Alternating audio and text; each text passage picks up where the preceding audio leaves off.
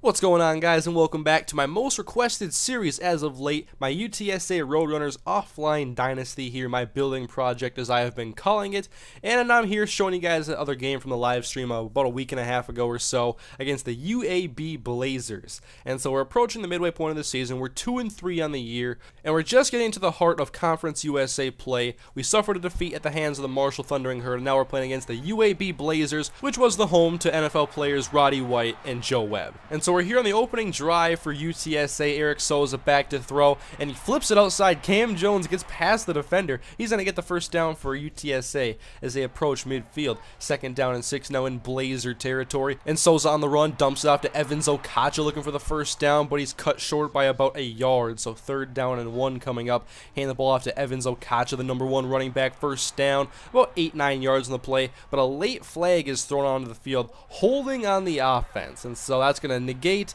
a 3rd and 1 first down and make it 3rd down and 11. And this was during the live stream, and I was not paying attention when this happened.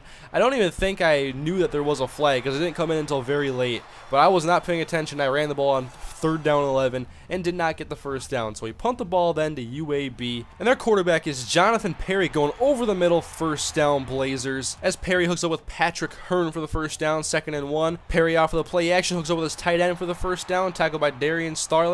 1st down and 10 coming up as the Blazer dances here. We want to limit his dancing today. We want to go out and play a tough game against the Conference USA opponent, get our first win in the conference. So it's 1st and 10, Perry back to throw, and he's going to do a screen pass going outside, but we are there to bottle up the running back. Loss of 6 on the play. Now here I'm doing player lock on Darian Starling, and I'm playing man coverage on the outside, and I'm not sure what I did there. I gave up a pass. It was close to the first down marker, but they're going to go for a long field goal attempt. And this is pretty long even by NFL standards, and this one is short. It's wide left, not even close. Great field position setup for the Roadrunners. Then 2nd down and 6 as Souza hooks up with the open man. That's Jeremiah Moeller, the tight end. But looking at the tight ends a lot in the first few games of this series. I like throwing to my tight ends a lot. And then going outside, Brandon Freeman's got some open space to the 25-yard line. 1st down Roadrunners as it's 2nd down and 9. Souza wants to do a screen pass, but doesn't like what he sees over there, so he scrambles out to his right now, has no options, and he just gets sacked. I was actually looking for the throwaway button because I keep forgetting what it is. And now we're going for the mid-screen on 3rd and 10, and wow, it does not work like it did last year. I remember it being a lot better, especially in Road to Glory mode. And so we're going to go for the field goal to take a 3-0 lead to begin the 2nd quarter, and it's going to be up and through, so 3-0 Roadrunners now as UAB gets the ball back, and Perry's back in the pocket. Good protection over the middle, caught by Backman. That will move the chains for UAB, and we'll go ahead to 2nd down and 11, looking to bring the pressure and disrupt this passing game. Going deep is Perry, and it's almost intercepted. Eric Brown had it right in his hands. And we'll take a little break here for a studio update. The Washington Huskies, who are my team in my online dynasty, are beating Oregon right now 24-17. And then back to our game. Backman makes a catch on 3rd and 11, but we stop him well short of the first down marker and hold UAB to no points once again. And so now we have David Glasgow in the backfield. I do a great job of running into the back of my own blockers and set up 3rd down and 6 now for Souza to throw. He wants to go underneath, and it's picked off. Marvin Burdett, the linebacker, jumped in front of Jeremiah Moeller to pick the ball off, and they're in the UTSA red zone now as they look to get their first points on the day. 1st and 10, Perry hands the ball off to Franklin up the middle, and that could have been a big momentum shift there with that interception as he goes untouched to the end zone. And UAB takes their first lead of the game, 7-3. Glasgow up the middle for UTSA. That's going to be good for a couple of yards, but set up 3rd down and 3. Souza back in the pocket over the middle, and once again, it's Marvin Burdett back again. I wanted Jeremiah Moeller again, and Marvin Burdett must have known something, and so we're looking to bring the pressure again, and we do get to Jonathan Perry and sack him for a loss of 8 and force 3rd down and 18. Now we hit him with a 4-man rush, but they go to set up a screen pass, and they don't throw the ball in time, and so good stand there from UTSA's defense as they return the punt now. It's Darian Starling from his own 19-yard line. He starts up going to the right side now, has some green in front of him, across the 30 to the 35-yard line, makes a nice move there, makes 2-man miss, and is tackled across the 40, about 23-24 yards on the return.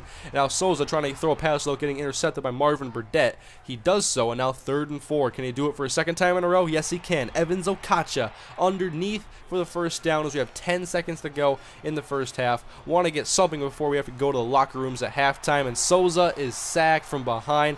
pressure got to him off of the left edge, and that's going to force 4th down and 19, which we will go for, because if we don't make it, we go to halftime anyway. We're going to take 4 seconds to do the play. And so Souza rolling to his left and then is launching it for Cam Jones, and I don't know what I was doing there. User catching for me is a nightmare in this game.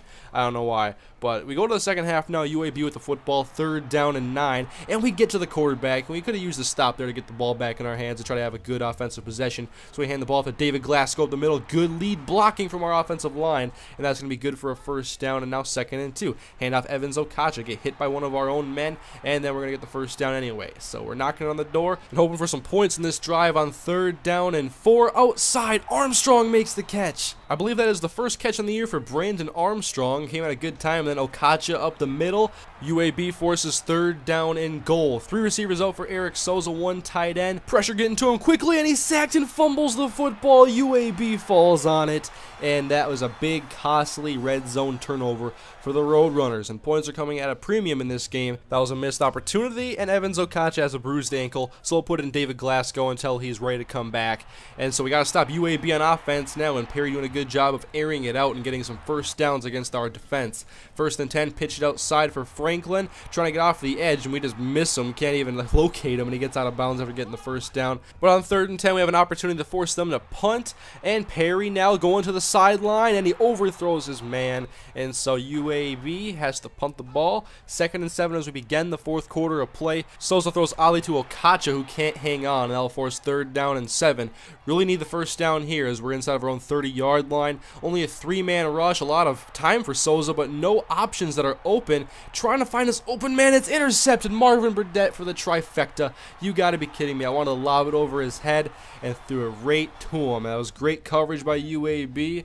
And they get the ball now, and they'll do the read option, but we're right there. You're not going anywhere, Jonathan. Perry, laws of 5. So 3rd and 15, if we could sack him here, probably force him out of field goal range, but no pressure at all, and it's caught by Beckman into the end zone. Touchdown, Blazers. That was a nice looking play, by the way. And so we're back on offense, down by 11, sack, fumble, UAB football, touchdown, Blazers, blowing this game open now. We began the 4th quarter with a score of 7-3. Fast forward a minute and 5 seconds later, and it's 21-3 UAB. UTSA pretty much has their backs against the wall with a 3-score deficit, and it's 3rd down and 20. And Souza got knocked around. We had to put in Simmons, and he gets sacked. Then UAB was bringing the pressure here. Our offensive line must have gotten tired, and so now trying to stop Franklin and get the ball back. Any chance that we have, dashing our hopes by running the ball for a 1st down, and then we can't even fall on the fumble.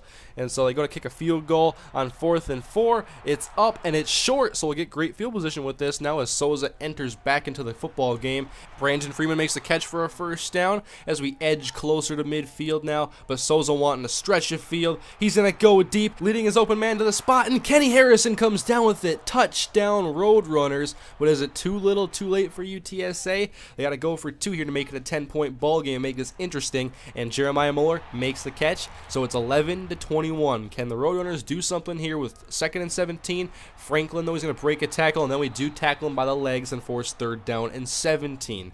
So a big stop here out of the pistol formation. Jonathan Perry in the pocket. Now he's going to go for it all, and Patrick Hearn, that is your dagger. Inside of the 5, touchdown Blazers on 3rd and long. They catch us napping and hit us with a big score over the top. And so the Blazers are victorious, and UTSA moves to 0-2 in conference play now after losses to Marshall and UAB. Marvin Burdett is the much-deserved player of the game with 3 interceptions. It was a tough day for Eric Souza. 12 for 19 on the day, sacked 6 times, hit many times, and threw too many interceptions. Our offense was very one-dimensional as we couldn't get the running game established, and the passing game was just not working for us, not clicking all day. Jerron Harris had a couple more sacks. He's been playing great all season. And now we transition into some recruiting as we're looking at some prospects for hopefully next year making an impact on this team, making UTSA better. I was scouting Michael Palmer. I'm not sure why, because he's already hard committed to the school. Now looking at another defensive end here. I'm just looking at all sorts of guys who can help this team out, and is looking at guys who I love to play with. And this is a guy who reminds me of Telvin Smith, my Vikings franchise. Very fast defensive end, a guy you can drop back into coverage as well. And so I'm looking at all sorts of guys now. I got outside linebacker with 94 acceleration. Looks like he has B speed, and so you know I'm going to go after a linebacker. I love fast linebackers, so 276 points looking at this guy. And then then Kyle Nichols, a 3-star corner who we're in first place for, trying to gain some separation on a couple Big Ten schools, Purdue and Wisconsin. But luckily with UTSA, it's a very young team, a lot of sophomores, a lot of underclassmen, and so I don't have to fill a ton of holes this year with like a bunch of seniors leaving. But there are a couple players I've been looking at. Anthony Tatum looks like a gem, as my recruiting advisors are calling it. And so next up, guys, we play the Rice Owls, who are 3-3, as we try to get our first Conference USA win of the year. And so thank you guys for watching. Please leave a like on the video if you enjoyed it, and I'll see you guys in the next episode.